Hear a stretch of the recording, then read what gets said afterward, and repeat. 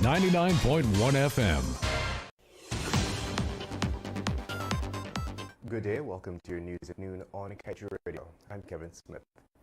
Dutch shipbuilder SBM Offshore is making moves to deepen its Guyanese roots as it recently issued a request for information from qualified companies to develop a gated community and a recreational facility for its employees. SBM issued the RFI on behalf of its subsidiary Guyana Deepwater Operations Inc., which is also the operator of the Liza Destiny and Liza Unity FPSO vessels. It said the proposals received will be assessed for Guyanese content development since this is a key factor to the success of its operation. It further noted that companies answering the RFI will have to present their involvement for the Guyana community and/or any involvement in a sustainability project or development in Guyana. Meanwhile, the Bank of Guyana disclosed yesterday that the Natural Resource Fund's closing balance at the end of September 2022 stood at just over $1 billion. These funds were deposited into the Natural Resource Fund account held at the Federal Reserve Bank of New York. As a result of an additional FPSO, that is to say the Liza Unity, being in operation, more lifts were made and hence more profit oil was received compared to previous quarters. And in other news, just around noon on Monday, a speedboat transporting a group of local athletes from Parika to Supanam sank in the vicinity of Truly Island on the Essequibo River. It is understood that the athletes are from Maruka, Region 1. They had participated in this year's Amerindian Heritage Games that culminated on Sunday and were on their way home. Commander of Regional Division 3 Mahendra Sunarai, who confirmed the incident yesterday, said that as a result of the mishap, no one was injured. He explained that the boat was part of a large fleet that left Parika for Supanam, and in the vicinity of Truly Island, it began to take in water. As a result of this, he said the captain signaled to the other boats and they grounded at the island where the passengers were placed in the other boats. An investigation has since been launched into the incident.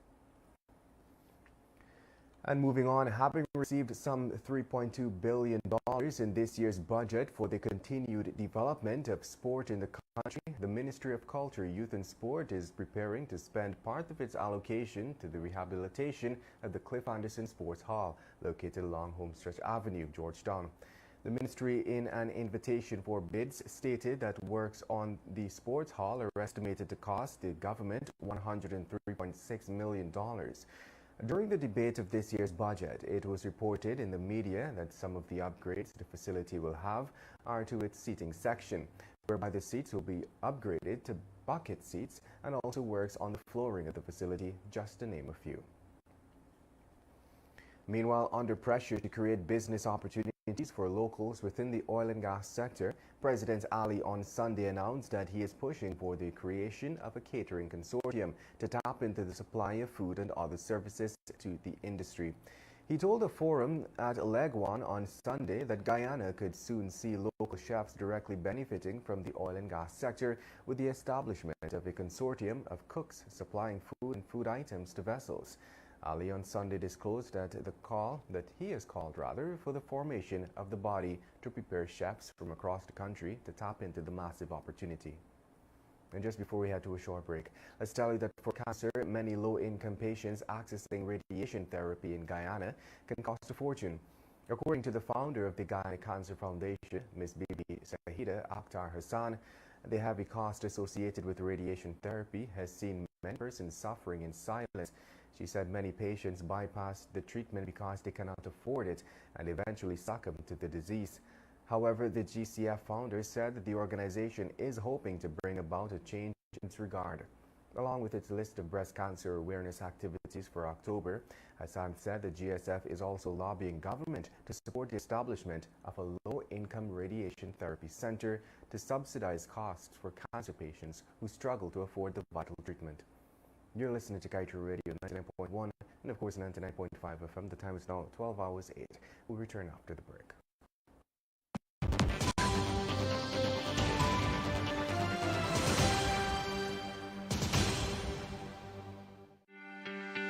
This is GHK Lal inviting you to join me weekdays from Monday to Friday on the National Outlook for commentary on a range of issues. Immediately after the 12 noon and 7 p.m. newscasts on Kaieteur Radio at 99.1 FM and 99.5 FM.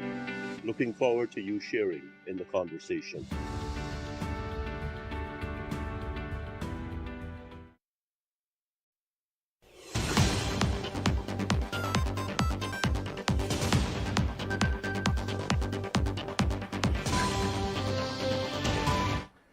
Welcome back. Let us continue with the news.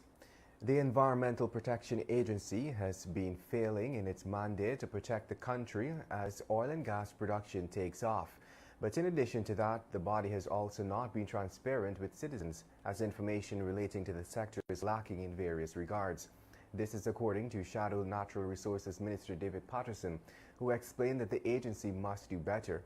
He was at the time fielding questions from the media at a picketing exercise on Friday organized by a group of public-spirited citizens or Guyanese who were demanding that the agency respond to a letter it received since August last, in which 54 persons raised serious environmental safety concerns. As part of its ambitious campaign to propel home ownership in Guyana, the government is seeking suppliers that can aid in the distribution of construction materials across all 10 administrative regions in the country. The Ministry of Housing and Water, through the Central Housing and Planning Authority, explained that steps that will be taken involved in the process. President Ali had announced in July, during the launch of the Building Expo 2022, that first-time homeowners would be eligible for free steel and a sling of cement to start building the foundation of their home. According to the expression of interest that invited suppliers to submit proposals for the provision of the building materials, applicants for the program will be qualified by the Housing Authority, which will then issue a voucher to the successful applicant. And in other news, a female sales representative attached to a Chinese supermarket in Bath Settlement, West Coast Berbice, was recently assaulted by PPPC activist Ossie Rogers. 31-year-old Kamala Barrett of Bath Settlement, West Coast Berbice, relayed that she was working at the supermarket while Rogers was a customer when the incident took place. Rogers reportedly slapped the woman and gun-butted her. The incident was caught on a surveillance camera. Rogers, who has since left the country despite an active investigation, posted on Facebook that he will be issuing a statement in relation to the matter today. And with that, we've come to the end of your main newscast for today. However, just before we go, we have to turn the pages of today's Kaieteur News dedicated to being blunt.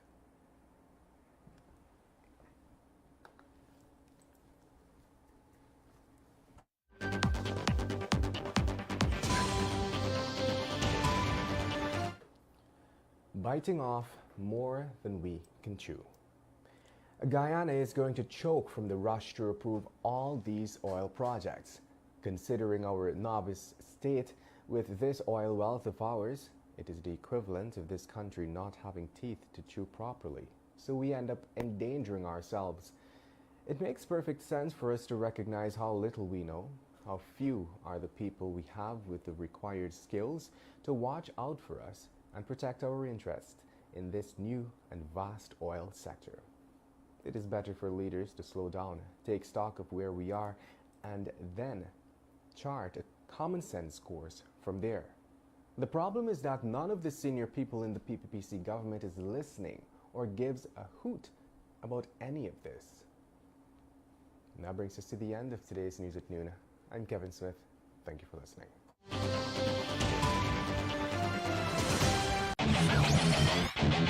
Want value for your advertising dollar? Then place your ads on Kaieteur Radio's newscasts. Streamed live on 6 different mediums, reaching hundreds of thousands. Advertise today and watch your dollar grow. Call us on 225-8465 or 226-8210 today.